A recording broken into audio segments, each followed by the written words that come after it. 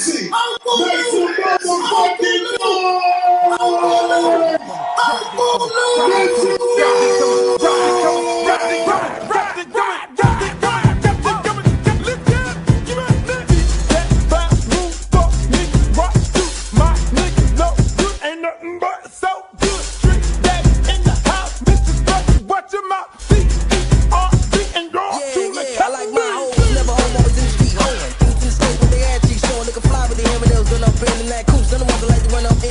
Like the big booty hoes with cute faces. Little nigga hit it on the first day basis. Niggas fake bitch kick game straight. X no down with the dominate face. When the Panther sets with diamonds glaring. Keep a nigga staring when you're wearing down a Karen. Or skip shit to keep a nigga looking at you. When the bunk says you can show off your tattoo. Even if you're a Max True player, she ain't get... Yo, what up, y'all? This is your boy, Uncle Luke. Welcome to another edition of the Uncle Luke Show podcast. Yo, each and every Monday, Wednesday, Friday, we're here at 5 o'clock. Today we live. We are live. Normally we're on tape broadcast, but we're on Twitter, Uncle Luke Real One. We are on Instagram for the first time ever. We're on Instagram. I figured out how to work this. And then we're also on YouTube, Facebook Live. We are here. Yes, sir, buddy. Everybody check in. Let me know where y'all from. We got a great show today. We're talking about some transfer portals. We're talking about some NFL football. We're going to have old D-Love from D-Love Sports. She was at the Heisman Trophy ceremony the other day. And, man, this is going to be a fantastic show. We got University of Miami getting ready to pop off up there at Texas A&M. Hopefully I'm going to be joined by my good friend Brad, the Cane Insider. He's going to come on here and talk a little bit of this Cane football. It's going to be good. It is going to be good. This shit is going to be excellent. I can't wait, man. I mean, we had a great weekend. Hopefully you all had a great weekend. It was a beautiful thing. I'm back here in the where am I? I'm in the daggone theater here in the house. You know, I'm all over the place. I'll end up in the theater, then I'll go to outside, then I'll go to the garage. I just like to, just use all these different locations at the crib and give y'all some good looks here. But at the same time, man, I'm just happy y'all able to join us because this is going to be good. This is going to be great. It was some exciting things. I see my man Shador. He didn't have a good game this Sunday. We was looking forward to him having a good game. But going up in Chicago, that was a tough environment. The Bears trying to get to the playoff. That was a playoff team. Jared Judy dropped another ball. Hopefully he'll get his shit together. We'll talk to Dee about that and some more if she's able to join us. We got a lot of things to talk about, man. Let me just say this. These fucking coaches at Texas A&M, I've been abused all morning. I thought I would get abused last week by Texas A&M coaches. Now, mind you, they have quite a few guys from South Florida and one of my good friends, Trooper Taylor, on their staff, and Aristide. Aristide dad used to be the principal at Miami Northwestern.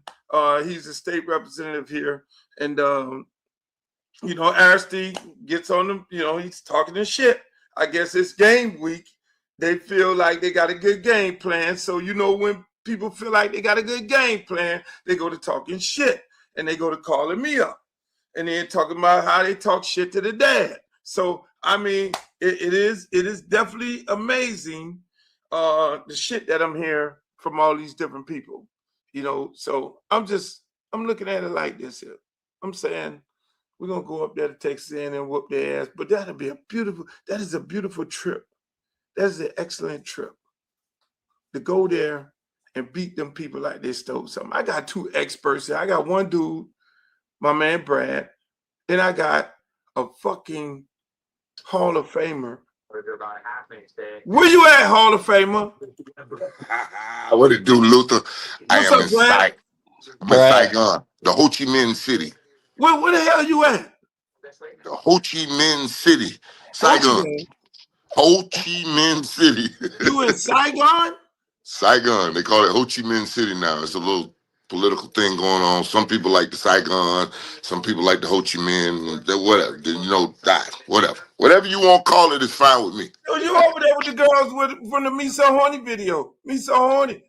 You Don't know. I don't know where you got them from. I thought all them women from South Florida. I don't know what you're talking about. No. The song came from Full Metal Jacket. No. I got it. Yes. You Full know where Metal the song Jacket. came from. That's so bad you say that. So they out there. You are out there with them. I'm on the other side of the world. It's opposite time right now to me and you right now. It's 5:00 p.m. for you, right? Yep. It's 5 a.m. right here, baby. That's the time you normally get up. 4:30. That's why I got on. I said, you know what? I can't. I said, you know what? He been bugging me. When I was 2 hours behind him in Colorado, I had a reason I could tell him, nah, this is the wrong time. Introduce you to my man Brad down there. Brad is hold on, Brad. Hello, how you doing, Brad? But like you said, Luke, there's only 3 people, me, you, and Trick Daddy, that's up this time. That's right. Luke, Sapp, what's going on, fellas? I'm with 2 What up, baby? What up man. with you, baby? What up, guys? Hey, Sapp, listen, man. That was the thing. That was the running thing for I don't know how long. They all said Sapp won't get up. If he was coaching at Miami, he won't get up in the morning. I was like, hold on. This fucking Sapp not get up in the morning. Sapp and Trick Daddy are 2 people that get up early in the morning. And people don't realize that they can sleep all damn day. They're crazy, man. But you know what? People got a lot of things that they say about a lot of different. I got something for you. I was reading that Stefanski had done given Shador the wrong wristband in the game. Come on, man. Hey, Luke, we've been out of the game. I just go from 22 to 52. My birthday coming up Friday. I only talk about 53, but that's what it is. But we've been doing this for 30 years, minus the 4 at UM. I've never in my life heard I'm the play caller, you my quarterback. I hand you on the road. Hold up, on the road in the cathedral of football, Soldier Field. Hey man, some people roll over their grave right now, boy. I'm telling you, and I got one for you. Last week, when Shador did the 350 and 4 touchdowns, if I'm the person who hired that coach last week, I asked him one question. I called him in my office Monday morning early, because you know I'm up early. And I say, how many times you ran that play in practice? Because there's no way Judkin knew he was supposed to hand that ball. That's Philly just going the other way. That's the Philly play. We all know that. That was in a Super Bowl. That beat the Patriots. That they didn't punt in the game. 1,000 yards worth of offense. Get the boy. I don't know how I hand you the wrong piece of paper with my plays that I want you to run. Can you imagine that? Dog. I've seen this twice because my mama always say just keep living. So I watched somebody call it into a player. The player get the call it to the other 10 players, and then run that play and say, I didn't get that call. But that still ain't the coach handing you the wrong script. How? Where does that script come from? Something don't seem right. Who made it? Can you imagine that? Can you? I mean, you're a Hall of Famer. I mean, you played Super Bowl. Luke, you imagine going to the Super Bowl and the offensive coordinator not having the quarterback does not have the plays that the coordinator is calling. These are 2 different things. How is that possible? That's like driving with no directions. You know what I mean? That's like driving with no steering wheel. Yeah. You just sit in the car. You just I on can't hold. make this shit up. That's what I said. You can't. Steven Spielberg. Hey man, our man Reiner died last night. We had a good dude. That man, how his son killed him. Good God Almighty. They always say it'll never be a stranger. It'll be the one you know the closest. Boy, watch him. It'll be the one you know closest. Hey man, right up underneath you. Boy. Hey, you out here with you out there in and with the Hoochie Man and all them over there, Saigon. All right. Let me give you the real reason so you get off the Be So Horny video real Okay, fast. okay. So, you know George Chin, my guy I went to University of Miami with, been running Yeah. with him for 30 years, that used to work with Sony Television. He's judging Miss Cosmo. I'm going to send you a video of them coming up to him with a big blue bouquet of roses. I'm standing right beside him like I didn't even exist. I loved it. It was the best moment of my life in the last 20 years. Somebody else was getting the both cameras on. I went to recording, Luke. This is crazy. Listen, I'm the side piece. I love it. Hold on, hold on, hold on, We here hold on, for the hold on, Miss hold on, hold on. Cosmo. We here for the Hold on. Miss Cosmo. Yep. You over there judging a Miss Nope. Saigon? Nope. I'm the side piece. My man, I went to college with the UM is. I'm just rolling with him. Unbelievable. Hey Yeah. man, hey, I appreciate you waking up early in the morning. I appreciate having my man Brad on here. I mean, we got University of Miami getting ready to play your University of Miami. Hey, get ready to play Texas A&M. You right.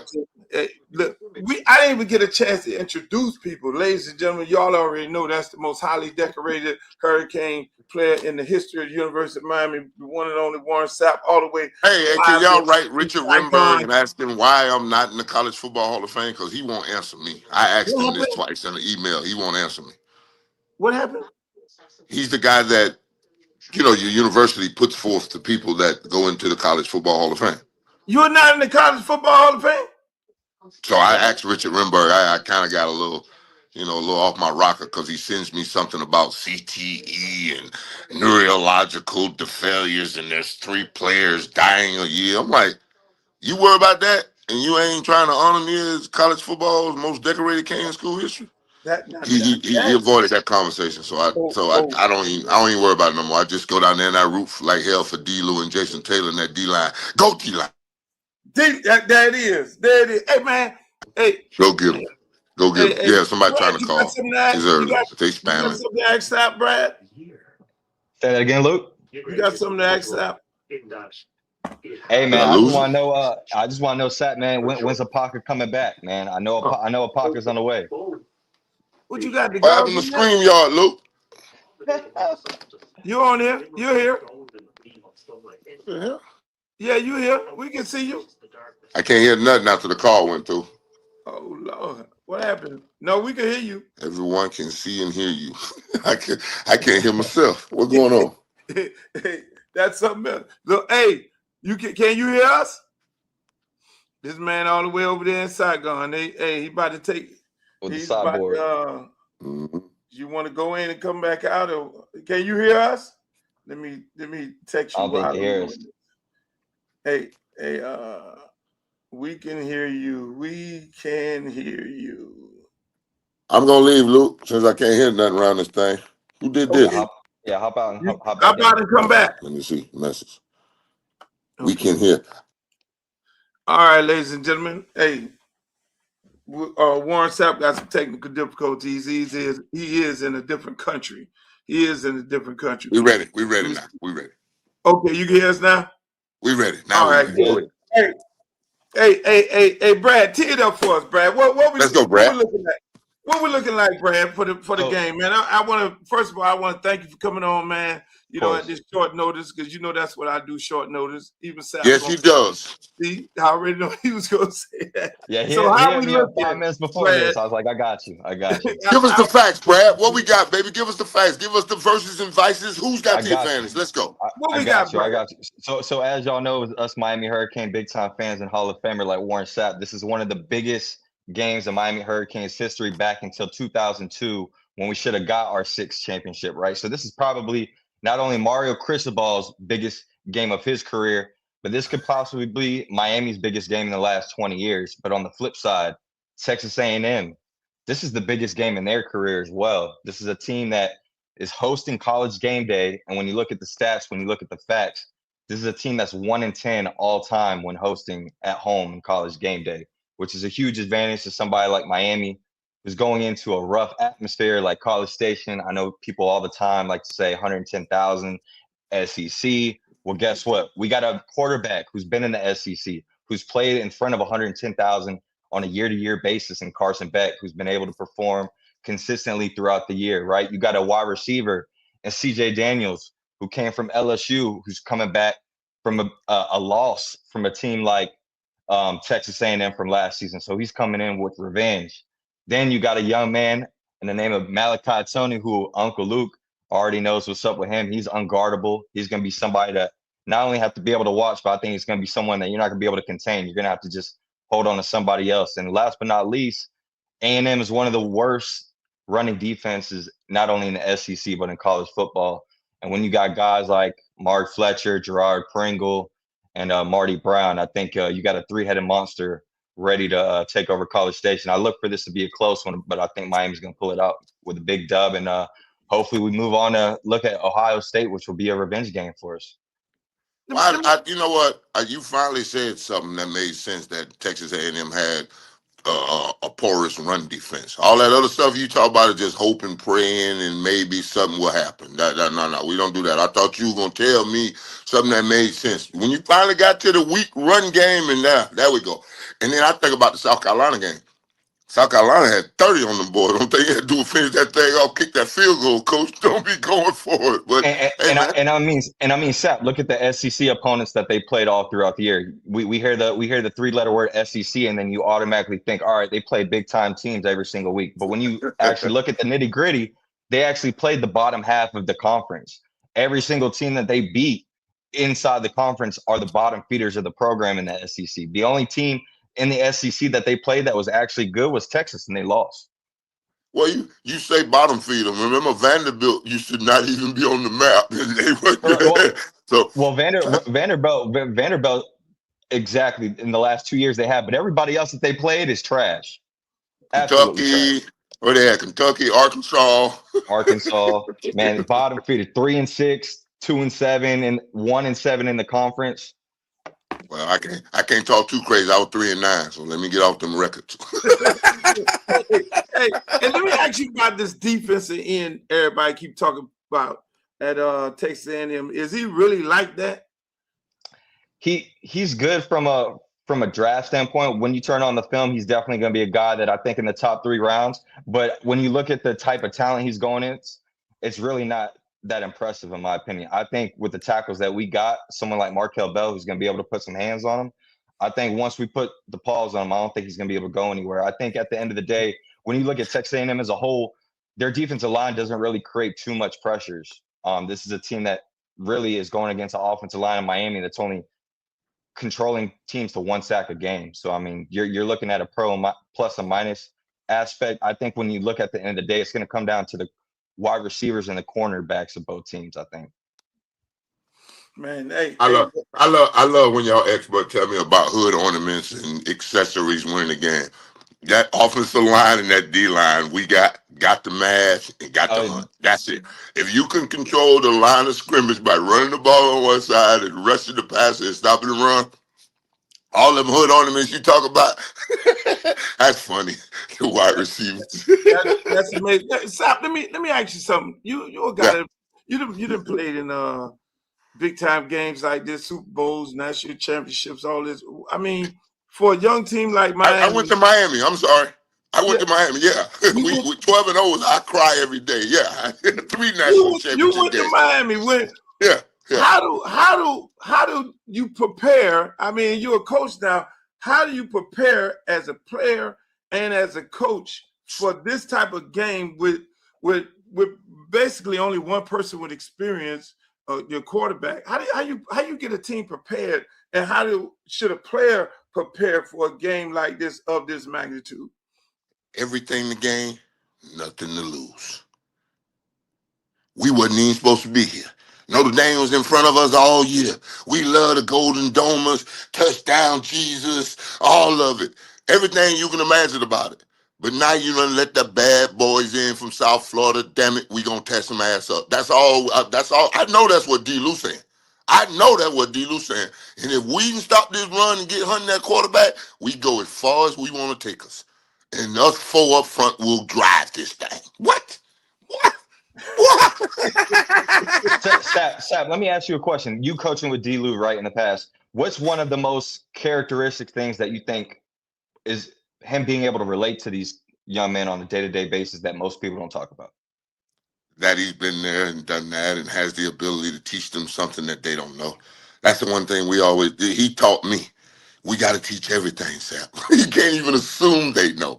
So he understands that every little rock, every little nook, every little cranny, we got to touch it. We got to dust it off. We got to make sure these babies are on it, because when it happens and you ain't went over it, they look at you. So you make sure you teach everything. You make sure you got your T's crossed and your I's dotted. And you go to war for 60 minutes, baby, because ain't nothing better than wearing that green and orange to go shooting. Come on, baby. Come on. What's better? Come on, man. What he's been able to do at 99 this year has been, I mean, so impressive. I mean, Ahmad. No. You don't do it with one. You do it as a pack. Oh, all of them. You live as a pack, because 9-9 want to run with 3 and 4, and 3 and 4 is running at a high level. You got to pick it. You got to pick it up. You either run with the pack or get your ass on the porch, and that's what we believe in. And that's it. That's it. Either run with us or get your ass on the porch. Huh? You got to put that on a shirt. Yeah, hey, that's. I don't do bumper stickers. You do that. Get it on there, baby. Run that thing. You know what time it is to say, hey, shit. Let me tell you something. That's a hell of a way to characterize it. I talked to Highsmith and EJ, and they said, and I'm pretty sure you understand. They said you have to be laser focused in a game like this, because the game gonna happen real fast. Facts. Is that the approach of it? Also happen fast, but there's 5 plays that will decide this football game, and you don't have any idea when they're going to pop up. I tell people all the time, you know what luck is? When the prepared and the opportunity meet. Oh, he got lucky on that play. Nah, he was prepared for that play, and he made that play. That's what it's about. Like Jerry Jeudy, them balls he dropping and stuff. Come on, man. You're not prepared, son. You ain't got your eye on the prize. It's this play. Not that one you can't see, not that one that we trying to set up. This one that you don't know, that all of a sudden, like when you throw a pick, they fumble the ball come back to you, and then you fumble it again. What you doing, Jalen Hurts? You got it back there on the ground, man. Hey, Sapp, I got the other get up early in the morning guy right here. Where you at? Get up early in the morning guy. There you go. Mr. Maurice.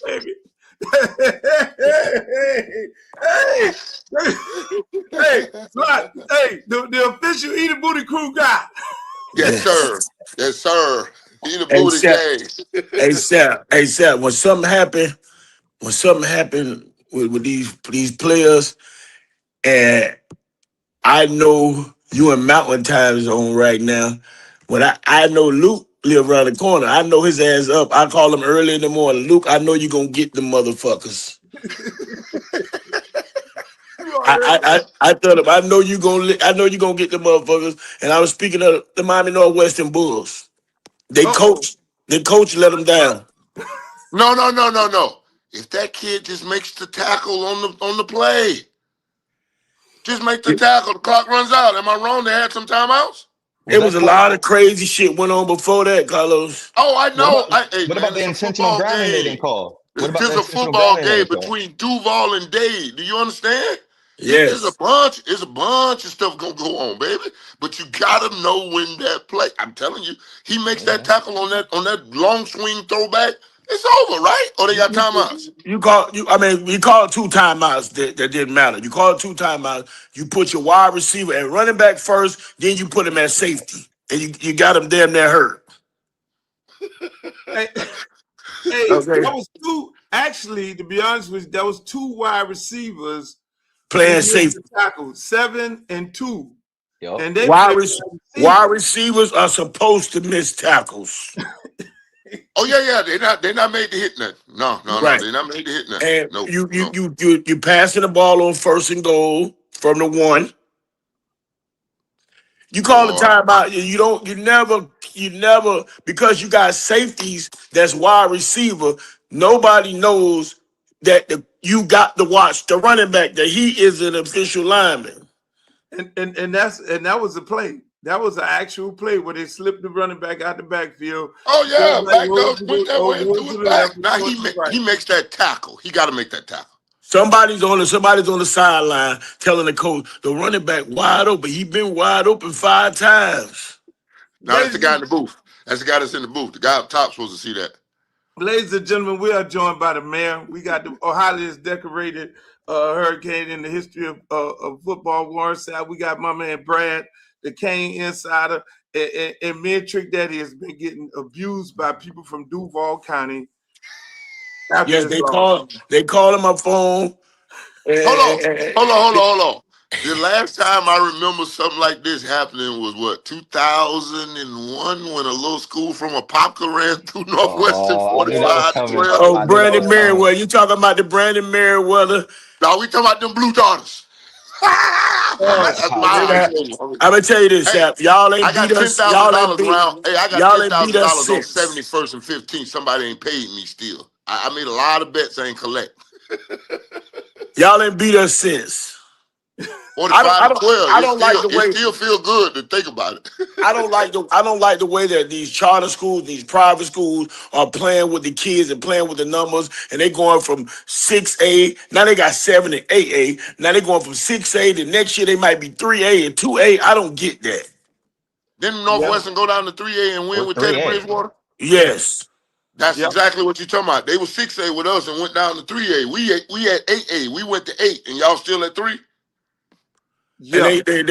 what the problem is a lot of kids I don't don't think. attend this. A lot of Hold on, kids Daddy. don't attend the school. Hold on, Daddy. You Northwestern and Apopka are not charter schools. But what it is no. What it is the charter schools is playing with our players' numbers here in Miami. Hold on. Y'all just went to state after coming out of 6 down to 3A.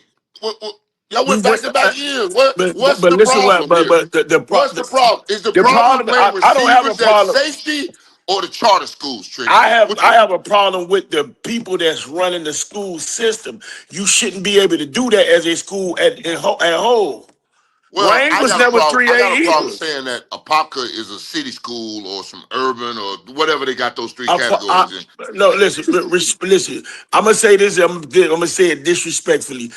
You could melt a Parker and pour them on not one school in Dade County. You know that. Y'all got lucky As that you time. as you looking at the most decorated cane in school history from Apopka. Wake up, boy. Wake up. But one, you talking about one. I You run through talking about Dade with Carlos. You talking about one player. Carlos, we got my umbrella hat on. Stop that. it's 50 kids from Miami-Dade County in the NFL. How many from a Parker? Uh-oh. And they ain't playing with the damn. That's what. Hold on. Hold I on, ain't gonna what? say that. Hold on, what? I ain't gonna Which say one? the kids from Which Miami one? ain't playing worth a damn. Which one? Who was the best? The best kid in college football. His name is Malachi Tony. He's right here from Miami-Dade County. Oh, that's right. We watched him on the Heisman. That's right. I forgot that Miami-Dade hype. Here we go. Actually, the one that won the Heisman's from Miami too. He's Thank you, from Christopher Miami. He Columbus. right. He went from Daniel Mendoza. he went to Thank you, Brad. Daniel Columbus. Mendoza. He went to Columbus. He Yes, went he to did. Columbus. Y'all Yeah, finally the got Heisman something to winner. brag about. Look at that. You I suck. watched y'all for You years. make a Hey, statement, hey, right? Lolo Popka got the 5 first-round picks in the Hall of Fame. That's all. Just Lolo Popka. And we'll put them 5 up against anything you got in Dade, buddy. Well, I mean, that's back in the days. That's in your days. Back in Well, everybody right had now, their I time. know you ain't talking about none of these new little wiper booty ass boys we looking at now. They ain't none of them about nothing. I'm gonna tell you right now, we got possibly the number 1 pick of the draft coming up this year. Oh no, I like Bane. I love Bane. I love the whole family. We I all love raised them. I love what they We with did that. for Bane. What they did No, for we with Bane. that. We with that. No, we with that. There's some of them are good, but Joey Vargas was the greatest linebacker in the history of Dade, right? Who? D. Ferguson was the greatest running back in the history of Dade, right? No, Ted Nah, Hendricks well, was the greatest one thing when you go to linebacker. see, Joey we're not gonna Vargas. do the. We'll be here all Joey day running. Vargas. We'll be here Boy, all day that's talking about the blasphemy. running That's backs. blasphemy. You ain't gonna give Joey Vargas his love. Joey We'll Vargas Ted be was here. raw. Hendricks in the Hall of Fame. Ted Hendricks. You forgot I know the Derek star. Brooks. That's from Pensacola, man. Derek Brooks from Pensacola. Good God. You're going all the way to Alabama, different time I'm zone, man? talking about. I mean Derek Gibson. Boy, stop. You got to remember this, and when you speak of running backs, you got to remember this. The Davis boys. Ran all over a Parker. Ran No, they all over didn't. Parker. Nah, we ran all over y'all, Ran all 365 over yards. Papa. I know you got a messed up memory and you think that the Well, charter you want me schools to are moving start? from Well, 6 you to well, 3A, but Northwestern is doing it. I got it. I got a trick. It's early, Frank man. Facts Gore, get Frank confused. Gore, Frank Gore Hold on. played a position 16,000 yards. that 16,000 yard Frank now. We going into the Hall of Fame first ballot. We got another oh, party coming up, baby. not Hey, that we talking. We got Now we Frank talking. Gore. Now we together. don't do that. Don't do that. Nah, I bleed orange and green. Don't do that. Nah, but we were talking about Orange and Dade, and you went to bringing up names that don't even ring a bell. But Troy Davis 2,000 yards back to back in college. And then what? Anybody can run in And Iowa then State. Ain't nothing but Big 12. and then went to the Saints, and the next year they picked Ricky Williams. That ain't his fault. They drafted Ricky Williams the next year. He went to the Saints. They had won one game the prior year and drafted him. And then the next year they drafted Ricky Williams, and that was the end of it. So it wasn't 16 games he played before that draft? No, he didn't start 16 games. They was playing this. No. I didn't. Hey, listen to the question, young man. No, There wasn't 16 games in a season after he was drafted, and with then Ricky, what happened? no line. But when you a running back and you got that much historical yards, when you got that much yards in college and in high school, you did so much. Then you can't blame the player. You have to blame the system and the coaches for that. Whoa, whoa. I Hey, love it. Hey, Sapp and Trick, let me ask y'all this. Me and Luke talked about this off air a lot. When it comes to making an impact on the local community down south, right? Do you guys think when it's all said and done, someone like Malachi Tony might have the biggest impact on the community? He already have it. I had some little kids helping me buy toys for my toy drive, and they was on some thing called Chatter. I'm not familiar with it, right? And they was on there and they was talking, and kids was from different states, kids was from different countries. They was like, he can't go against Mally, and I'm like, whoa. yep. No, he came to my park, and I thought it was goddamn Future out there, somebody, Trick Daddy. You know, when Trick Daddy come to the park, all the kids run around, gravitate to him. Yes, sir. When Trina come, all of them run after. This man, I know this man like on some rock star shit. Man, already, and he's a very humble kid. I don't know if he know how big of an impact that he can make right now already. Yeah, No, that's why you need older people like yourself and me and Luke to let him know. Run that Yes. right road, cause there's a village behind you, young man. There's Yes, a man. village Yeah. watching He you. got it. Good thing about it, he got his mom and his grandma. They support him to Good, the fullest. good, His mom good, and his good, grandma, they good, support him to the good. man don't even use cuss words. no, I love that's them guys. crazy. That's I love crazy. them guys. That mean you got a whole different kind of brain on you. You thinking different. I Yes. love it. The last person I knew that didn't curse was Edwin James. Edwin James be saying freaking. You know, I'm gonna say the word fucking. Edwin James said freaking. Malachi, I think Malachi is for the kids. I think Malachi is what we need to bring the whole football program back together. All these different leagues, forget all these different leagues. The NFL as well as other people, all these billionaires that's donating money to elections and all that. They need to put money back into these programs on these paws for these kids and use Malachi Tony as the face of it, and the kids gonna follow. We gotta start No, campaigning. that'd be Gotta too start much like right. campaigning, man. That'd be too much like right. We just watched them run Teddy Bridgewater all the way out of Dade, back up there to Tampa with me, being my backup in Baker, cause he wanted to make sure the baby ate and got a safe ride home. Oh man, I Hey, can't believe this, you man. do know Malachi? That's De La son. Yeah, that's De La son. Yeah, Yeah, yeah. that's a man. And let me tell you something. That's just like you say, they need to use him as the ambassador of all youth football because he is the guy these kids, you know, these kids can relate to. Let me ask you, Trick. We got the University of Miami getting ready to play Texas A&M. How you feel about that game? I feel like that game sets up the next game what I believe we need. I think Texas A&M they their offensive lineman that was talking that shit. I think he should have shut his mouth. I think Ruben Bain gonna be all over his ass. He gonna give him the business. And I think if our coach get down there, we go up on Texas A&M. We can't play that sissy ball shit, man. Go and keep scoring. That's the University of Miami mindset. All that laying around for them to catch us shit, they will catch us if you keep laying around. You can't keep putting your defense out on the field. I think we're going to beat their ass, and I think we're going to give Ohio State hell. That's what I'm talking about. Because we all Ohio State. We owe them. We got. Yes, we That's the do. first time I got robbed when nobody did a police report or nothing. There wasn't no guns involved or nothing. Got robbed without a gun. Yes, Lord. Yeah. I was right down the sideline too. Boy, that would hurt. That would hurt. That would hurt. Why that walked all the way over the top of the We were numbers? celebrating, and then a flag fell from heaven or hell, Boy, wherever hell in I heaven. done walked from the sideline all the way past the numbers to the top of the numbers and look and say, "Oh man, they throw the flag."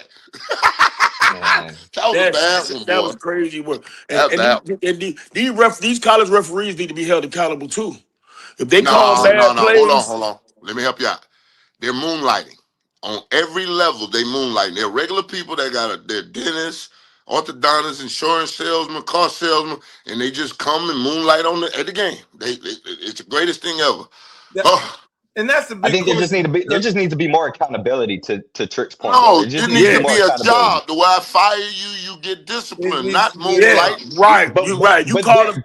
And then I don't understand why they got this replay thing set up. This shit is not working. They've gotten it wrong up at the booth. If you replaying something, I don't need you to be based on what the actual.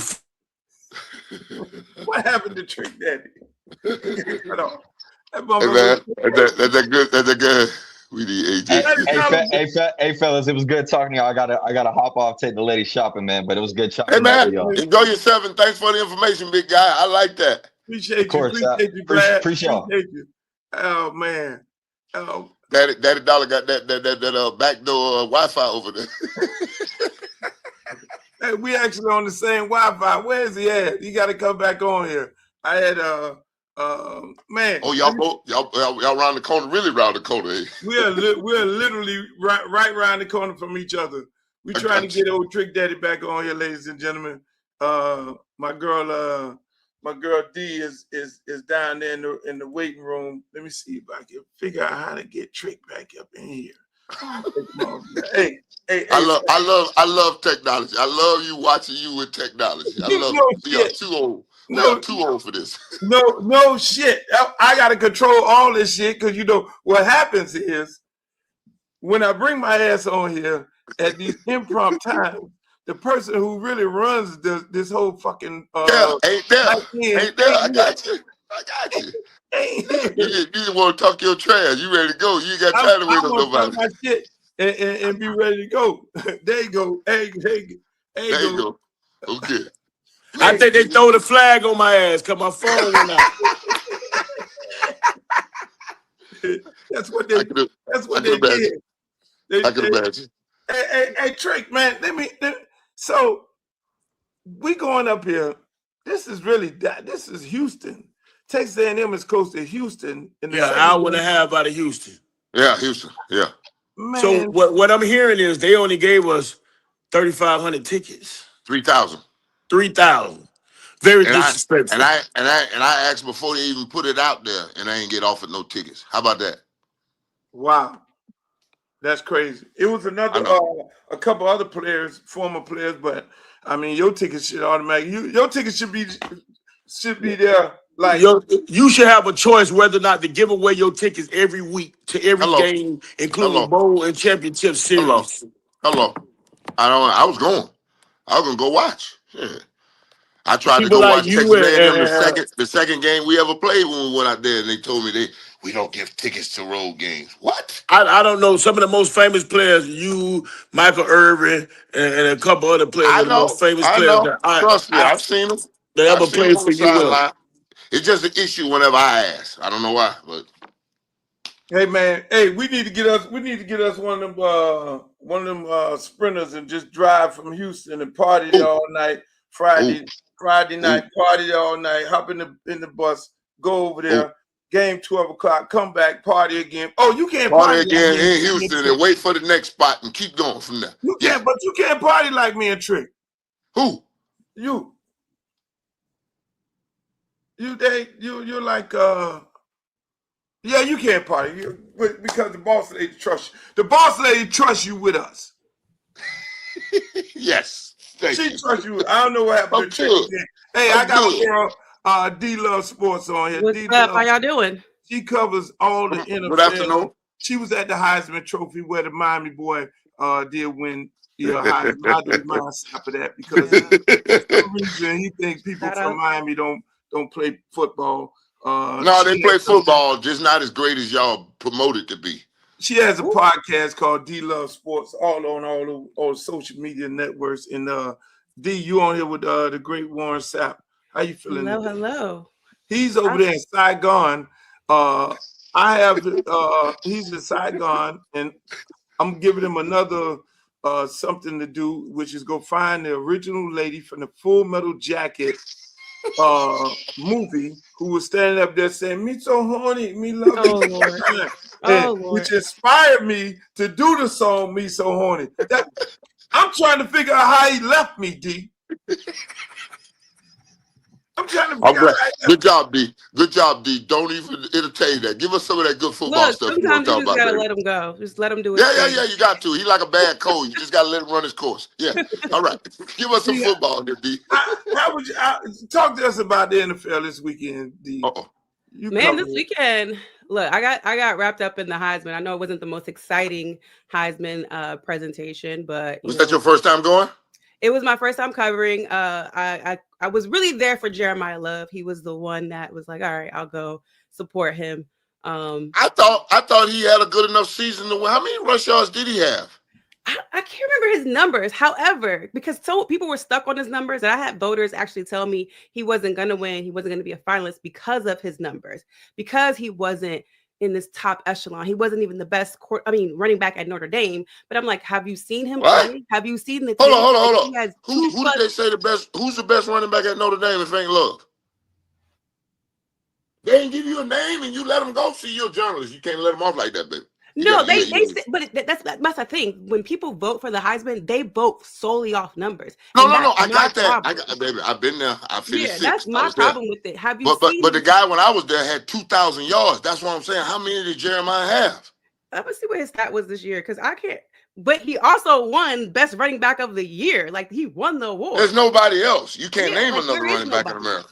He won the Dope Walker. And he's sharing carries, right? You're averaging 6 yards a carry. You're sharing carries with what's his Price? What's the other running back? So like he could have done way more damage.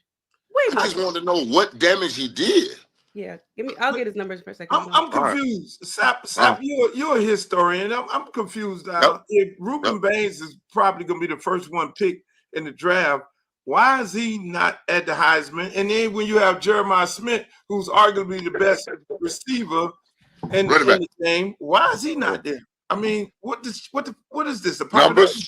Numbers, like she said. They got this criteria, and those Heisman voters, they don't care. 1372, 18 touchdowns. 1372. 1372. Wow, and he's sharing. She's sharing. He's sharing.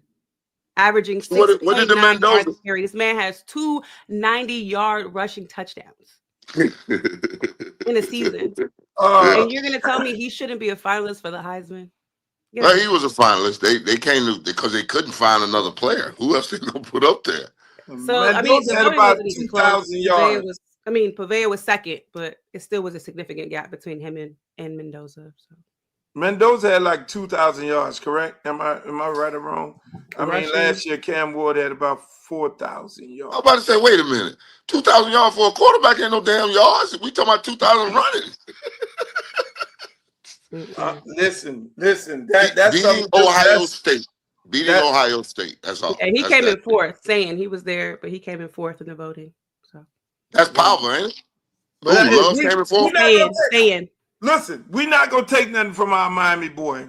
I ain't got no problem with Mendoza. You keep your Heisman. You good? He beat Ohio State. Got it. He beat Ohio State.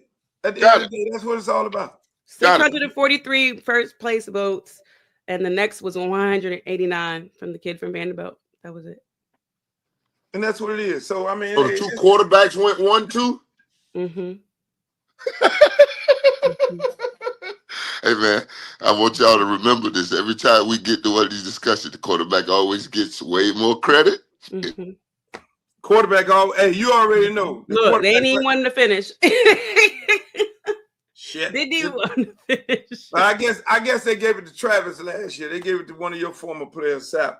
But last I year. mean, if they probably look at the ratings, they're probably significantly down from last year. Significantly. Right. It had to be done because Mhm. I don't think too many people sat there and watched Watched, the attended. award. Like I think the most popular Heisman returner was probably Eddie George. That was there. Man, that was crazy. So most of the guys didn't even show up. It wasn't you didn't have your Cam Newtons, you didn't have your RG3s, like none of those guys that were not there. So when you went into this, I saw you cover the whole event, and you went in the back room.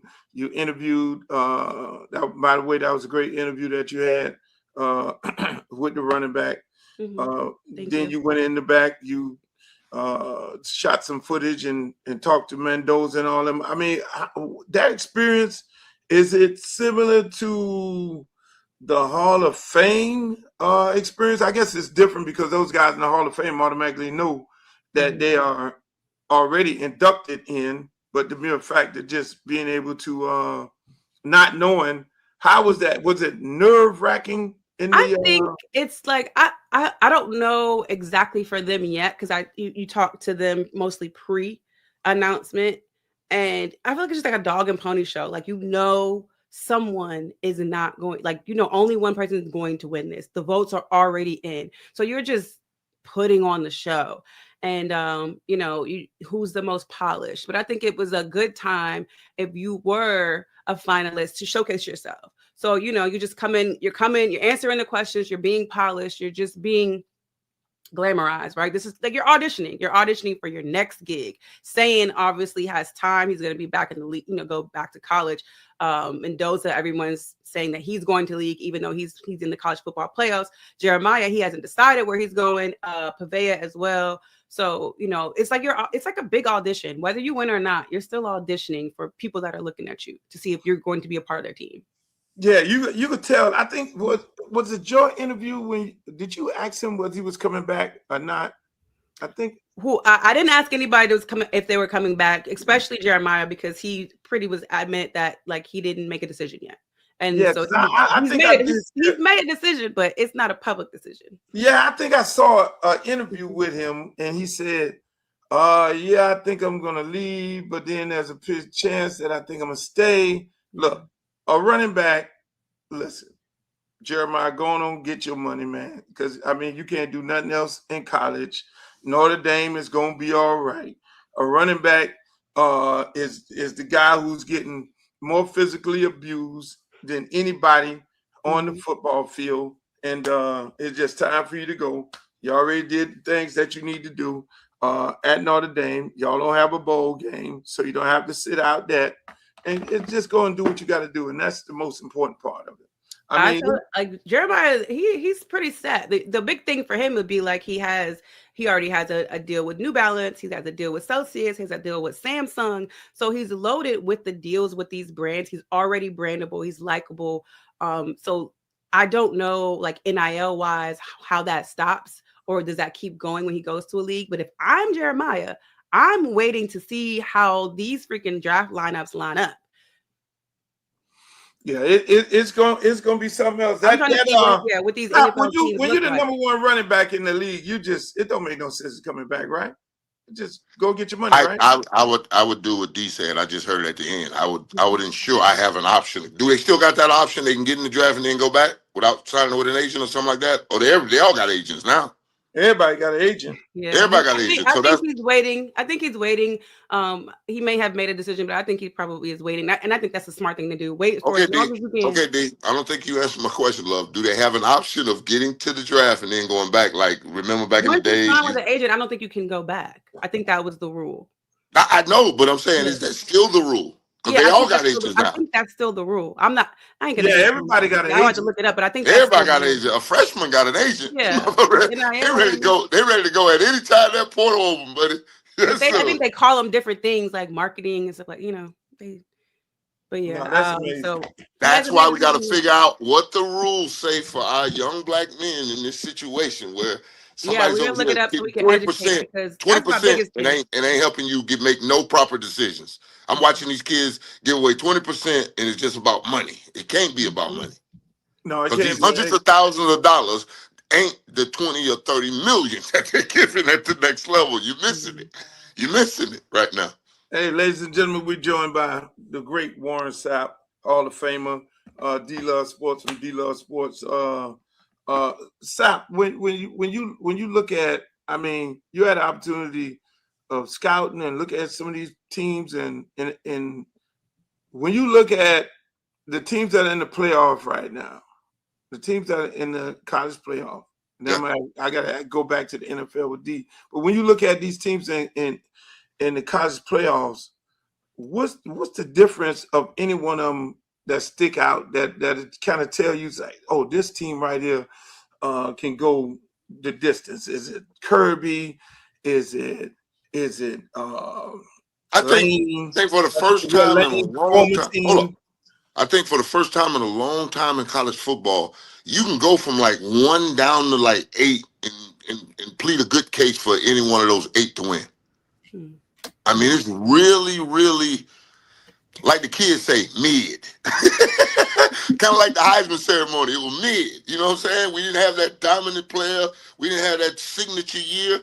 We had Diego Pavla running Vanderbilt into the national scene, competing in the SEC. Well, you know, that 3-letter word can get crazy sometimes, but that's what it is, and that's how we get it done. So now we got the real football expert on here. It's football we got the real college football expert.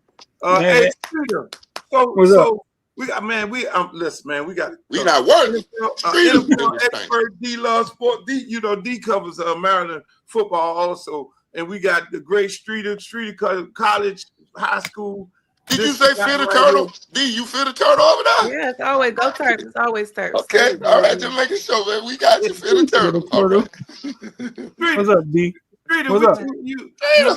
You missed. We had Trick Daddy on the block. See, we on the block. We just chilling on the block. Yeah, Trick Daddy on here? In the barbershop. Yeah, you missed him. Yeah, we had a barbershop session. He done cussed out the charter school from going 6A to 3A, and that was Northwestern that did that. It was classic. He went in on a Parker. He had a big old shake. Oh yeah. He trashed the Blue Daughters. Trashed us. Hey, Streeter, let me ask you. What's up? You cover University of Miami football. Yep. I mean, I'm pretty sure you've been to all the press conferences that it had. What's the vibes down there? Getting ready for this game. Are they laser focused? They seem focused, man. It seems like they appreciate the fact that they got another chance to play some meaningful football. Actually, the press conference, one of them just ended maybe 2 hours ago, man. Dawson kind of talked about the maturation of Malachi. And how Malachi went from a kid doing it in practice, and then he didn't know if he was going to do it in the game, and then he did it in the game, and then they realized that he had all this skill set that they could take advantage of. So as the season started coming on, they started stacking more and more on him. But a lot of people don't know Malachi was a quarterback his whole entire life. Like he's a quarterback his whole entire life. He was a great football quarterback. His mom and him decided that he wasn't going to make it to the league at quarterback, so that we need to start putting him at wide receiver. So in one of our tournaments, when he was like 11 or 12, it came out in the tournament and he was at wide receiver. And they had a little white boy at quarterback, and the boy couldn't get him the ball. And they ended up kind of losing. So they had to put him, but that was the first time they tried him at wide receiver because they knew they've seen so many quarterbacks come through Miami, light up the football field and not get a shot. Yeah, or not get ranked, or not get their chance, or their due. Or they be delusional of his skill. That's the thing. Because if it's on the film, and it's in the film, and it was done in Miami-Dade, it's 10 times better than anywhere else. Yeah, we got it. But no, my point is, if the guy just won a state championship at quarterback. Yeah, just want to stay naturally. Naturally, he'll go to college and win a national championship. That's just the progress they go.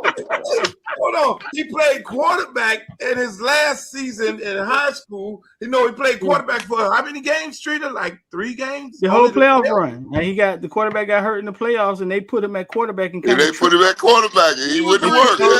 Yeah.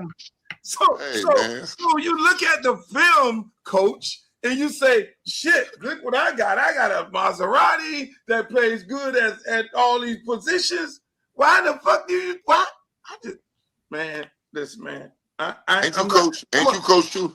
Ain't you coach too? Yes. He be acting like he not.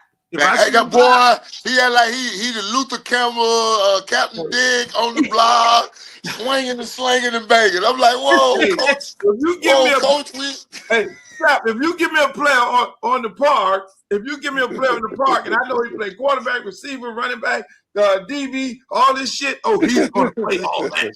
He's gonna get it. Yeah. Hey, listen, we played in a time where we didn't leave the field. We really believe in that. I believe in it too. So when you get to the college and they say, "Oh, we didn't know you were able to do that," what the fuck? That's a whole nother movie. We all cheering for Miami to go up there and win this. Streeter might be able to answer the question that you had, Sapp. I know the traditional deadline is January 14th to elect for the draft for underclassmen, and then they have the extension, of course, to 23rd of January if you play in the playoffs, right? Of course. But Streeter, when they sign, with the rule about them signing with an agent, is that like a done deal and they can't go back? What's the college players? Yes. Yeah. I mean, they can't go back right now. No. You know what? When I was playing, you either had to make a decision or not. Then a little while later, it was you could actually check your draft status, just not sign with an agent, and then go back to school. And then go back, right? Yeah. They changed that? No, I know of. So they do have a declaration withdrawal deadline that I read. Why ain't these daddies and these uncles that got out of jail, did a 15-year stint, now they done read more books and now they running the program? Why don't they know this? Just sit tight. This is what it is. They're honestly, if I'm an agent, if I'm with you in college and I don't see your potential in rounds 1 or 2, let's stay here and collect this NIL. If I'm getting my money off, Hello. Yeah. And they not considering it an agent to do the draft thing, right? Yeah. Yeah. But I don't know. But the thing is, here's what it really is they're signing with the marketing company of an agency. Yeah, 360 companies. Yeah, we so do they're not everything. signing to the actual agent. Yeah. They are NFL agents. They're they're signing to the marketing part. Like for instance, Robert Bailey, he represents a whole bunch of players on. Yeah, that's KCB. That's KCB. I started that. Yeah. You started the whole agency. No. Rosenhaus had it going, but me and Bailey got to the marketing side because I could get out there. You know what I'm saying? We did some. Yeah, and so then you sign to the marketing side of it, and then at the end of the day, then. That's still an agent? Yeah, that's agent. Yeah, but it's not an NFL agent. What's considered an agent? You got to take the test. Yeah, you a professional now because you now become the boss. Yeah, I don't You're disagree. paying somebody. You're the boss. Carson Beck declared for the draft, right? And then hit a U-turn and came to Miami. He did. See, that's what I'm saying. I only hear about them making you have a U-turn. You have a option to opt out, right? Like you have that 72 hours. It looks like it's like a window of time where you can opt out if you take your decision back. Yeah. So no. What is it? A draft? You get drafted and get players have 72-hour window after their respective declaration deadline to revoke their submission. No, but that's not getting drafted, seeing where you got drafted. That's entering the draft and staying in the draft. And now you have no option to go back, right? No, that's just saying I'm declaring like to go to the NFL, draft. And then a couple days later, you never mind. After that's what I'm saying. I'm chilling. So after the 2 days go by, you don't have the option to take your name out and go back, right? Right. So where's the Carson Beck making a turn? What are we talking about? A lot of things too is what's it's a fine line between you announcing it and giving it to a media person, right? And then you actually putting your name in something to say. Yeah. That's what I'm trying to see. Waters. You gotta. You go all the way through the process and then go back. That's what I'm asking. And then go back. Hey, Streeter, what you see some of the keys to this game? You know both of these teams. You know some of the coaches over there on the other side of Texas A&M. Hey, I gotta go. I'm gone. Okay, appreciate you, Sapp. All the time. D, keep roughing that thing up, baby, and do the right thing. Streeter. Boy, I love every minute I get to see you. And Luke, you're just a bad coach. I love you too. Appreciate you, bro. Get your ass off. Hey, what you see, Streeter, in this game?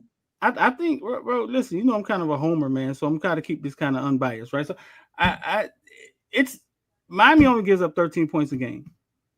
It's the best defense Texas A&M has faced this year.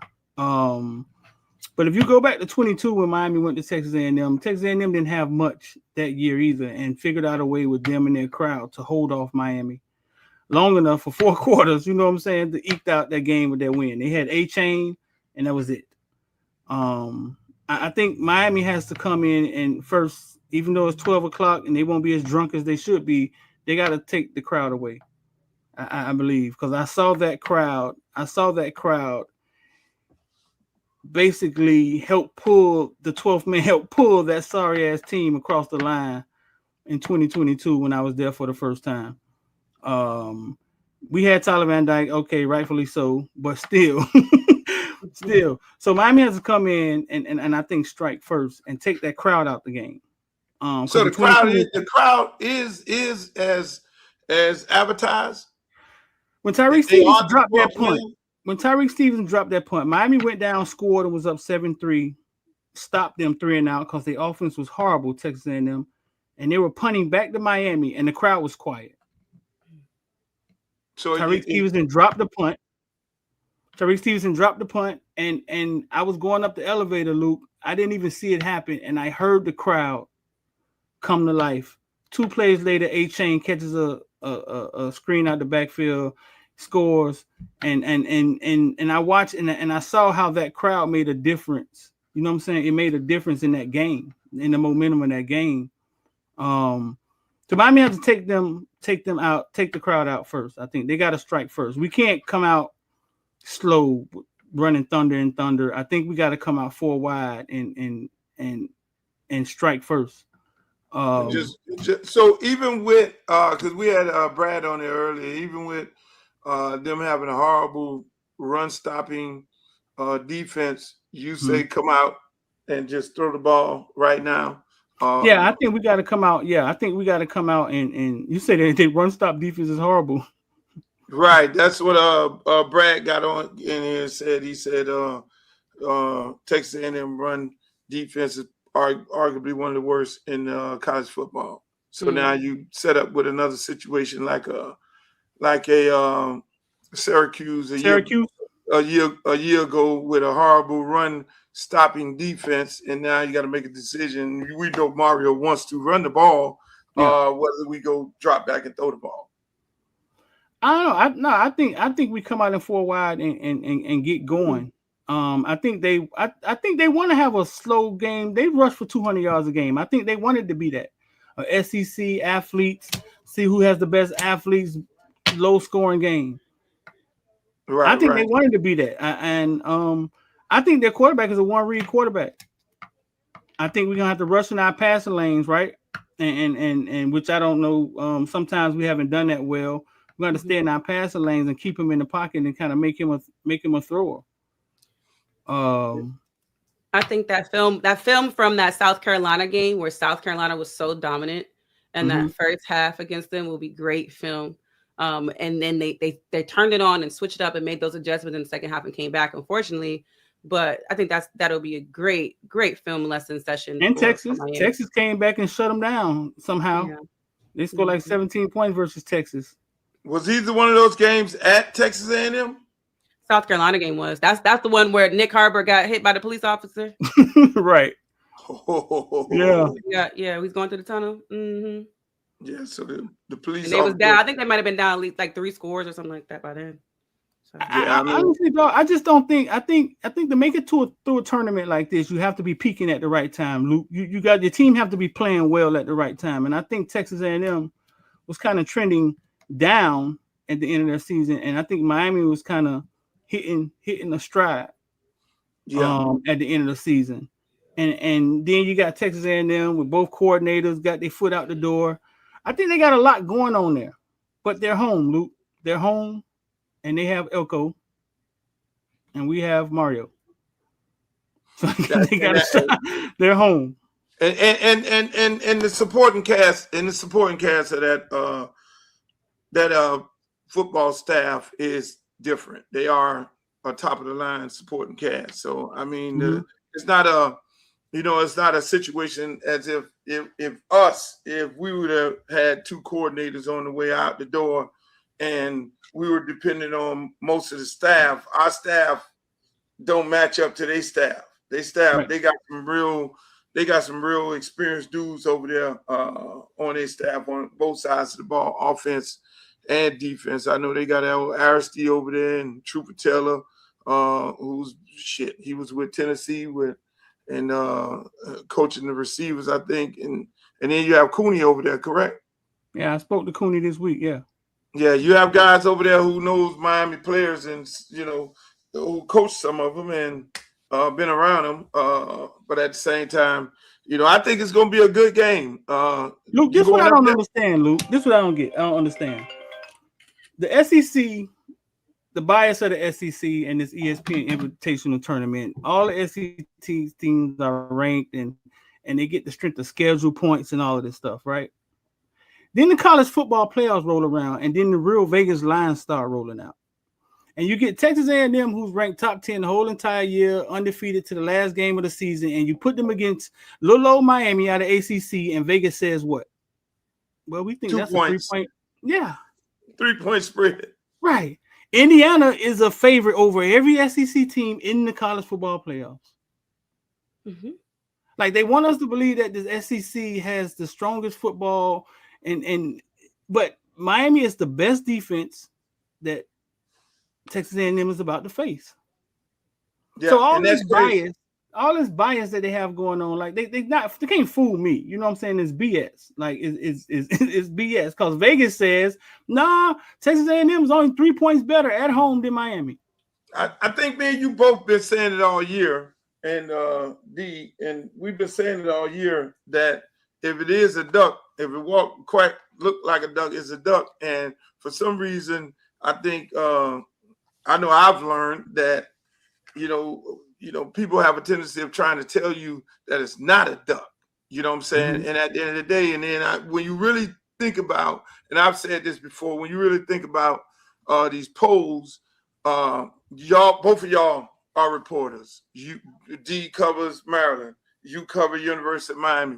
You have to sit in the game and you have to watch the entire game to then be able to go ask intellectual questions to the players along with the coach. You have no time as a reporter or as a person who's going to go and vote on who's the top 25. You have no time realistically to say, oh, I know who the top 25 is, because you sat there all day and focused on your team. You had to come back, do your report, do your meetings. You left the stadium. The game was done at 3:30. You left the stadium about 7. You had to get home, do more of your reporting and all that, and writing up what you had to write up. You don't know who the hell it is. And the same thing for a coach. A coach has no idea because he's sitting there doing all that, plus getting back to the school or getting on an airplane. And so now you got a coaching poll and you have a Associated Press poll. That it's an ESPN invitation, just like you say. They're creating these polls and they're creating a narrative of these teams being top teams, and they're not. And so I can say Miami played top teams in the ACC and said they were ranked at a certain level, but not necessarily be that good. The same thing they could do with the SEC and the Big Ten and everybody else. But then at the end of the day, when you get in this tournament, like they do the basketball tournament, and you all of a sudden they want to call people Cinderella and shit. They ain't Cinderella. They're not Cinderella. Them motherfuckers came out there and whooped your ass because they play fundamentally, technically sound basketball and football. And so just like you said, when you come right here, they know it was all hyped up. So they're not about to do, okay, all right, SEC school, getting ready to play. little old Miami, who just barely got in, who's the 11th ranked team in this tournament, playing against a team that was, just like you say, that was ranked number 2 until they lost that game. They should be at least 7 points. Yeah. It should be at least 7 points.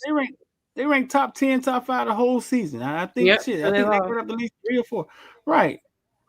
But Vegas don't see it that way. See, Vegas is not connected to the college football bullshit. It's just crazy how the rankings start, right? I mean, I guess I get it. If you went to the college football championship last year, you should be one. There should be a 1 and a 2, and but it's just crazy to rank them so high without even like seeing them on the field. Yeah, before the week season. 1, right? So I mean, crazy. let's keep it a buck. They had damn Penn State was what? Florida State. Florida State was ranked 9. Yeah, Florida State ranked high as hell. Bottom feeders. They had Manning getting the Heisman Trophy. Heisman. He was going to be in the draft this year. All of that. So these people are hyping this shit up for viewership, because if I control a network, I've given the SEC more money than I gave the ACC and the Big Ten. My job as a network is to control the polls and control the narrative and have certain teams hyped up, because I need to get certain teams in the playoff, and then I need to hype up certain games. So when they do play, then they'll be at this level and all eyes will be on them. But just like you say, I'm so excited to see Malachi Tony, University of Miami, play on this national stage. A lot of people don't realize that these teams are really local. They're most of them are really local. They're not necessarily teams that are playing. Those games are regional games, but now all eyes will be on that one game, that college football game. The whole world will be watching University of Miami and Texas A&M. That's arguably probably the best game of this first round anyway. And so 12 o'clock high noon, everybody be tuned in. They'll get to see what Miami is really all about, and see Texas A&M. And just like Sapp said, what did he say? It's going to be 5 players that make a difference in this entire game.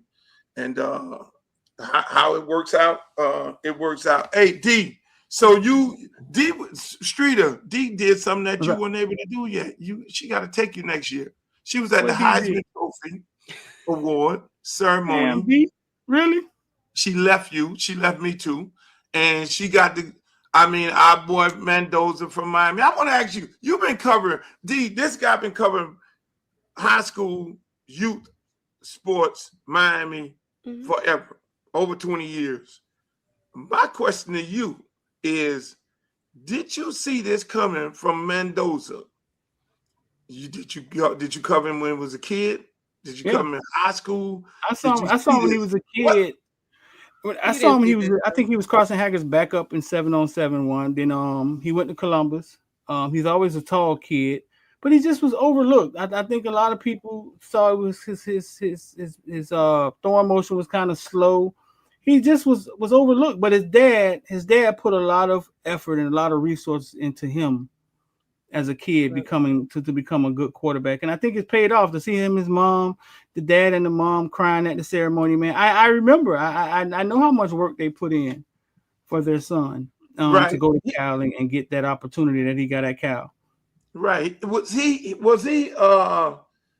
at Columbus? At Columbus. I mean, now, D, keep in mind. He was at Columbus. Columbus High School. Mario Cristobal went to Columbus. The whole line school with his dad. Columbus. You know what I'm saying? And when he came out, the year he came out of high school, who were the top quarterbacks in South Florida? And who did Miami recruit that year he came out?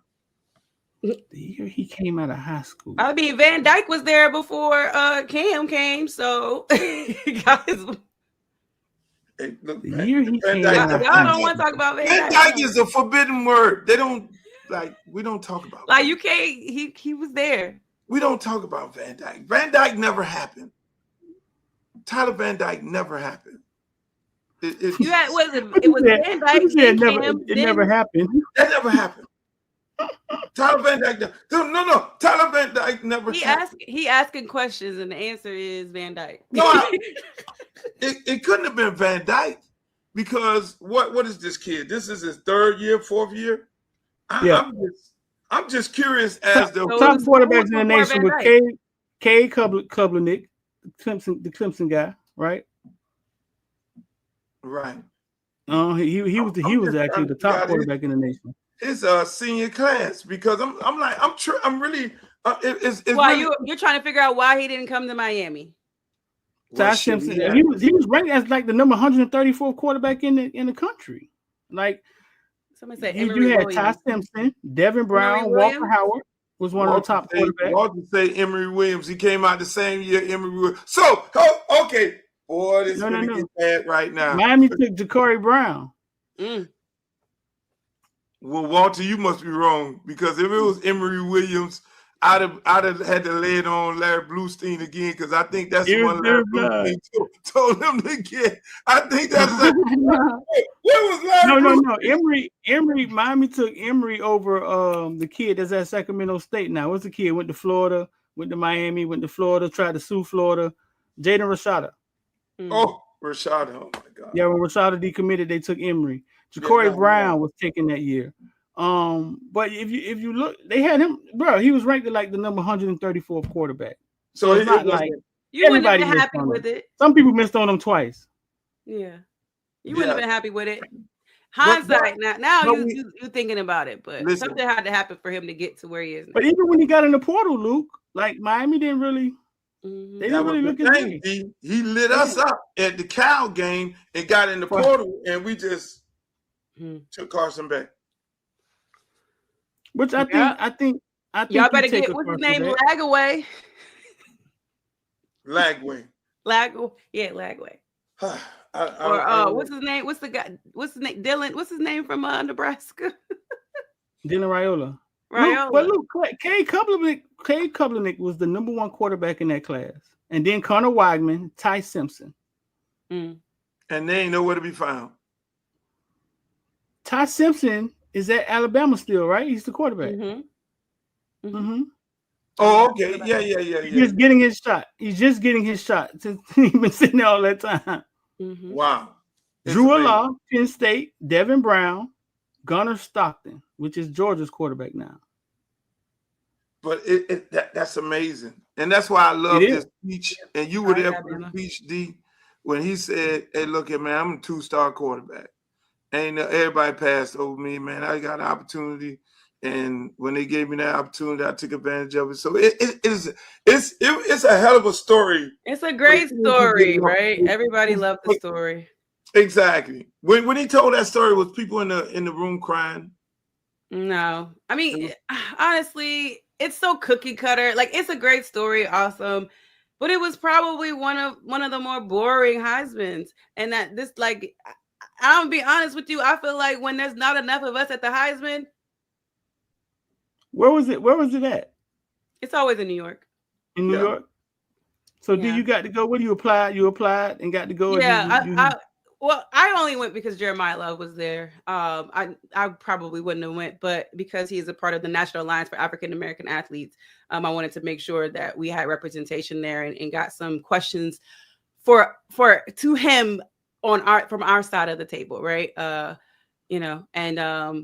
That's why I went. It was a last minute decision. It's like, I got to be there. Like, we don't know how many more times we'll have guys from the Alliance at the Heisman Award. The last Heisman winner from the Alliance was Jameis Winston. So, that's what struck me to go. So this Alliance, explain. The National Alliance for African American Athletes. It's a organization where every year they honor a group of athletes to be a part of this alliance. You got to have great grades. Like the last class all had 4.0s. You have to be, you do your community service, and they mail you out an essay. They mail you out a package. You got to do an essay. You got to fit all the requirements they ask you, and then the committee makes a decision on who was eligible to join the alliance. So. Oh, that's that. I didn't know that. That's Tyler Booker. He was a part of the alliance with the Cowboys on your team. He's a member of the alliance. Yeah, you just do. Do Yeah, you guys throw get that access to the kids or something, or so what part does the media play with the Alliance? So Mm-hmm. every year when they do the event, it's in March. Crazy. You see the last few years. Yeah, I typically I do interview the incoming class. So if you saw anything I put online, it was like interviews of me and Jeremiah, and he just looks so young. So this is right before they're in high school, they're already mostly have committed to a school, and they're going on to college. So I'm usually talking to them about their next chapter. So I reposted some clips this past week with me and Jeremiah. But yeah, it's also how I know Nicholas Harbor. You didn't care who won? So you didn't give a damn who won the award? You just I mean, I knew it was going to be very difficult for Jeremiah to win, but also I do the social media for the Alliance. So I wanted to make sure we captured that stuff for us. Instead of relying on someone else. Like, can we get pictures? Can you send? No, we're gonna be there. We're gonna be there and represent him and shine the light on him the way we're supposed to. Did they give y'all good access? Yeah, I mean, listen, when you're part of the Alliance, you're part of the family. So I also talked to and interviewed his parents as well, the Loves, and it was good. It was great to be there to support him. Although you kind of knew what was going to happen, you still wanted to let him know someone was there and very proud. Did you know who was going to win? Like I didn't know who was going to win. Really? Like I wasn't. Everybody knew it was going to be Mendoza in the room. Like the only thing that like made people think a little bit differently was like they switched up the order of who went last, who went first in the presentation. But I just felt like the numbers are available. The numbers are available. How do everybody know the numbers are? I just feel like because Indiana was what it was, where they were undefeated. They beat Ohio State, and he's the kid that's likable. He says all the things. He's polished. He's, I feel like everyone knew it was going to be him. Everyone in that room was saying, I think it's going to be him. But they were, they were open to something shocking. But I didn't really know. Like I didn't put too much thought in it, but I didn't really know. But he's a real underdog story, though. It's a real underdog story. He's not the kid with the silver spoon. Like it's a real well, he may have a silver spoon, but he was never, you know what I'm saying? Like he went to Cal, he got lucky. The quarterback got hurt or sick. They had to put him on the field. He played decent. So it is a real underdog story. It was nice. Like his Indiana teammates, some of them were there cheering him on. They were so excited. That to me was the best part. To see them just shower him with love and just be excited for him. They were in the press conference in the back of the room, just waiting for him to come in and cheering him on. So that part of it was amazing. Like I want every college football player I know to experience that. Unfortunately, everyone will be able to, but that right there, the love of your teammates, because you're not there without them, Indiana doing too much, man. These motherfuckers finna go to the championship. They're doing too much. So, I mean, Hey. I can't say that with y'all. They're like, no, we going. What you talking about? Listen. That is a hell of a question. That is a hell of a question because the thing at the end of the day, man, when you really look at Indiana, the team, it is a team with an attitude. That is a team built up of that coach. That's a FBS team that this guy brought along with him, and they got there last year, and they just whooped Ohio State ass this year. I mean, he got anybody but Ohio State for me. And the coach don't give a shit. He talks shit. I mean, he really on it. So the mere fact of them dudes playing for their team, they're playing more as a team. Yeah, I think than anything. They're not mercenaries. They're not transfer port. They a lot of transferred from his previous team, and obviously Mendoza, the little pieces that he put together, but they're playing as a team with a whole nother attitude. They don't have no 5 or 4 stars on the team. So we did some research. I found 1 4-star who doesn't really play. Bro, he's doing that with all just guys. Exactly. And I think that's even they reminded me of the Terps. Like they really did remind me of the Terps. So I was like, okay, I feel y'all. Like y'all really, y'all are in this. Y'all really like each other. You know, you could be on a football team and not like each other, even though that wasn't the whole team. But like y'all. Oh, you saying when you saw them interact, they actually seemed like they really? Oh yes, like man, it was beautiful to see. Like that meant me. No, like, okay, I'm at the right place because this is what it's all about. Like yes, Jeremiah did not win, but this right here, this camaraderie, you celebrate, literally uplifting him. They were calling him, was it Mendoza? I forget what they were calling him. They made up some name for him, but just all of it. He even let he was trying to hand off the Heisman, and they were like, "No, that's yours." Eventually, you know, it's always somebody that want to shine, so somebody gonna take it. So like they're parading. They went out to Times Square. Somebody else is holding the Heisman. It was great. It was fun to see those kids just be careless and just have fun in that moment. You know who he remind me of, Streeter, on our roster, and I'm pretty sure you've been around him more than I have. He remind me of our backup quarterback, the church boy. You know, with that, different. You know what I'm saying? Kind of Emery. He reminds me of Emery. You know, like a little not goofy, but like a nerdy type kid. But at the same, shouts out to Lamar Thomas, who he in the chat talking shit. I don't know what Lamar got going on in the chat, but Mendoza gives me politician vibes. Like he could be a politician at some point. The way he, delivers, and I was like, I feel like I'm listening to a politician. Listen. That's a whole nother story there. But hey, ladies and gentlemen, we're here with we got Streeter from Footballville. We just been jumping in this shit and just running our mouth because we all are friends.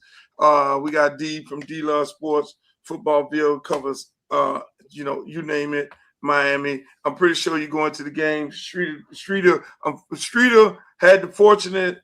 He was fortunate to be to the last time we went up in Texas A&M, so he knows the atmosphere. He knows what we're up against. He knows this University of Miami team up and bottom to the top, all over the place. Man, you just missed it when Trick Daddy and Sapp was in here talking about Malachi Tony, a young man who you friends with the mom and him and all them guys said it was. I mean, Trick Daddy even said, he was like, "Yo, man, this kid should be the ambassador to all youth sports here in South Florida." He has some real high praises for him, and I think we all are looking at this young man to being just what he is and just being the ambassador. Just take the whole town. Be the shining light of this city, and I hope we all looking at that from that standpoint. But let me ask you, D. So you NFL this weekend. You didn't get to cover too much NFL. You did. I watched some. I watched Phillip Rivers. It almost felt weird to say that. I watched Phillip Rivers. That's some shit. How does and this is my question to both of y'all. How do you not call this Flacco, who just put up 300 yards? Actually, he's still with Cincinnati. I thought they cut him. I thought they did too, but he's with. How do you not call up Cam Newton? Cam a media person. You don't get Phillip Rivers? Cam beefing with Gilly. I think his insurance was about to run out, so I think this was a favor. You know, this man been out the game for 5 years, Streeter. Sure, he needed that insurance. And they had Seattle ass on the wall too. Fuck my parlay up. Hold on, you had Seattle ass. I think that was interesting because I think after 5 years you lose your NFL insurance after you retire. So he was at the end of that. But I think that was beneficial for both. Hold on, this man that made hundreds of millions. Well, he do have 10 kids. They say he got 10 kids, right? He got a grandkid now. Yeah. But listen, if the people call you back And I don't think it's about no money with Phillip Rivers. I don't want to make it. I think if they call you up and say, hey, look, Phillip, or anybody who's been removed from 5 years of the game, and they tell you, hey, look, man, we're going to give you $10 million to come back and finish this season off. Shit, you can't turn that down, right, Streeter? Not 10 million. No. Well, I know it wasn't that much, but he did. I did see an interview. That's what they normally get those guys, like 8 to 10 million. Ooh. And this week, and this late in the season, I don't know. They did that with Flacco 2 years ago. When did he come in? Like in the middle of week, what, 15? I'm just, I don't know what they paid. ChatGPT. They say ChatGPT days. So, I don't know what they paid him, but he did say while you're looking that up, he said he wasn't coming in to be a hero. He wasn't coming in to, he was just coming. He didn't have the expectation to come in here and make sure that they made the playoffs or anything like that. Oh, so he was just here. They say the man net worth is $100 million. Net worth, but he's earned $240 million in his career. Yeah, that's his before taxes. Why he acting like he don't know about taxes all of a sudden? And 10 kids. You got 10 kids? Look here. I'm pretty sure we know a lot of people that have been able to survive off of a custodian job with 10 kids. That insurance get expensive, and you have how many dependents on it? They had to give. Hold on. They had to give him the veteran minimum, which is $1.2 million. That's fine. That's not 8. You said 8. He had to get that, but I'm pretty sure he was offered a lot more than that to be able to play. That insurance is worth a lot more than that. And that insurance, you could listen. To keep it how that works, D, for the insurance, all of the former guys, they go to the CTE doctor, and that's how they get the additional check moving forward. It's not. I'm talking about actually paying for all and your dependents too. Like what? Yeah. Well, you can always get a job at the government. I'll go up in there and check in. So, hey, Streeter, so you going to the game? Yeah. What day you leave out on Friday, correct? You going to Houston? Yeah, Friday. Houston. Yeah, I might go out there with you. Houston or Austin? Don't start. Either one. Huh? Either one of them. I'm most likely Houston. You fly into Houston or Austin? That's the option. I can't know either one of them, Houston or Austin, because I sit and I wait till they credential me. So they just credentialed me this morning. So then I get going because with me, like I don't be knowing, like you know what I'm saying. Sometimes I gotta fight. I gotta fight for my rights. You know what I'm saying? They don't treat Streeter the same way you get treated at Maryland. D. Hey, look, I had to ask. So, hey man, I appreciate you guys coming on. We had a great show today. Streeter, make sure you let me know about the villains. I got to go on the villains. Where could they find you, D, on social media? D Love Sports. D Love Sports on every platform: Twitter, Instagram, TikTok, all of that. Sports and Coffee is back on Twitter, so you can find us there Monday through Friday now. And Streeter is Footballville. The Steelers got Miami tonight, don't they, Luke? Y'all told me. Yeah, they do have. They're about to play in a couple hours out in Pittsburgh. Oh, you're right. He went tracking. Snowing up there. You're right. It's cold. It's cold now. Oh, you're right. God, Streeter, she almost got away. I did. I was gonna say nothing. I wasn't gonna say a word. Oh, bye. Hold on. This is what she did. So D fell out of love with the Steelers in the draft, and she's only a Mike Tomlin fan. Really? I'm a Mike Tomlin. Yeah. Longtime Pittsburgh Steelers fan, Miss D Love. She fell out with the Steelers for whatever they did in the draft and not doing the draft. And it's a combination of things, but Luke gonna tell his story how he want to tell it. But she got free Mike Tomlin shirt that she wears on when she comes on here. I don't know. She, I got her at the last minute, just like I got you and everybody else. I don't know why I do that shit. I'm last minute Luke. That's what they probably need to call me. Only just my girlfriends. I know she used to have the jerseys hanging up in the background. Yeah, they all gone now. She had a whole lot. Team to the curb. Yeah, I don't have, I love Mike Tomlin. I'm always going to support Mike Tomlin no matter what.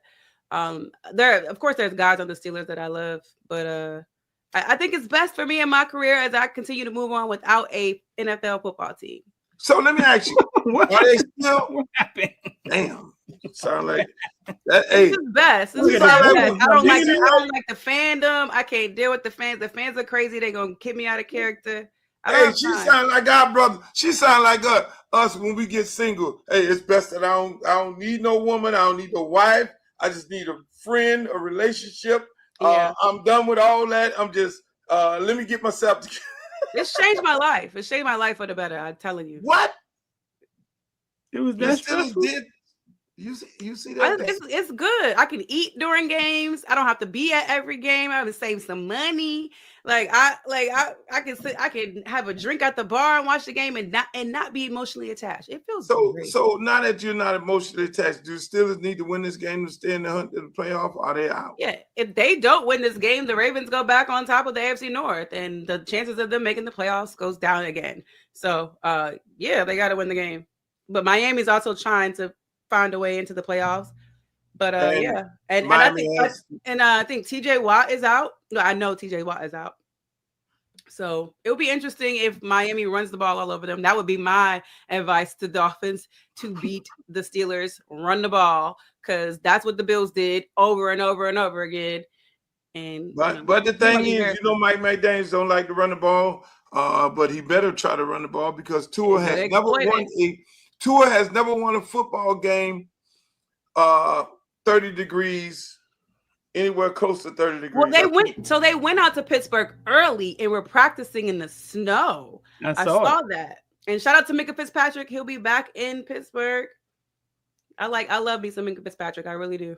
So hopefully he balls out. And Ramsey will be facing the Miami. So they traded them. So this is gonna be a good one. The biggest. I tried not to talk about it, y'all. I tried. The biggest story is Tua being able to throw the football in snow. This is gonna be real. He had some practice in it, so that was smart. That was, they spent some money to make sure he get out there and play in the snow. So practice in the snow.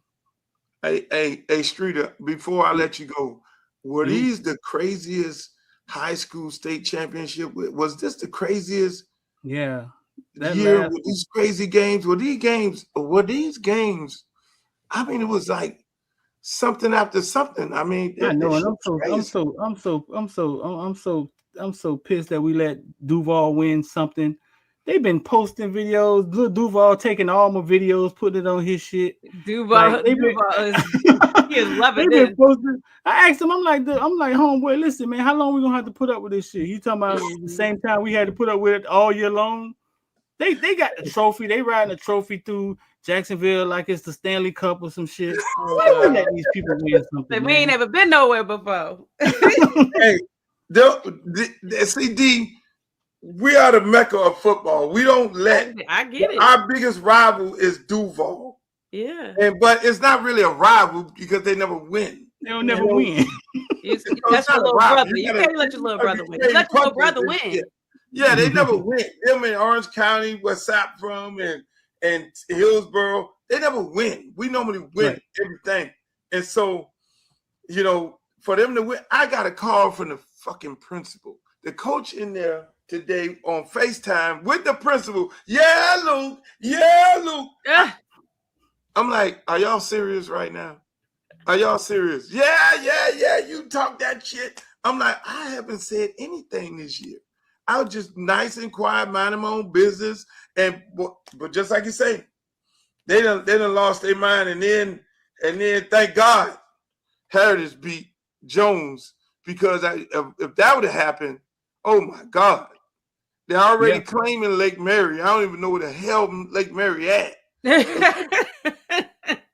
They just think they really want it big. Vero Beach was tearing them up the whole game, and half of Vero Beach was there. They had that stadium rocking, and Lake Mary somehow, man, the end of the game, man, threw a Hail Mary, huh?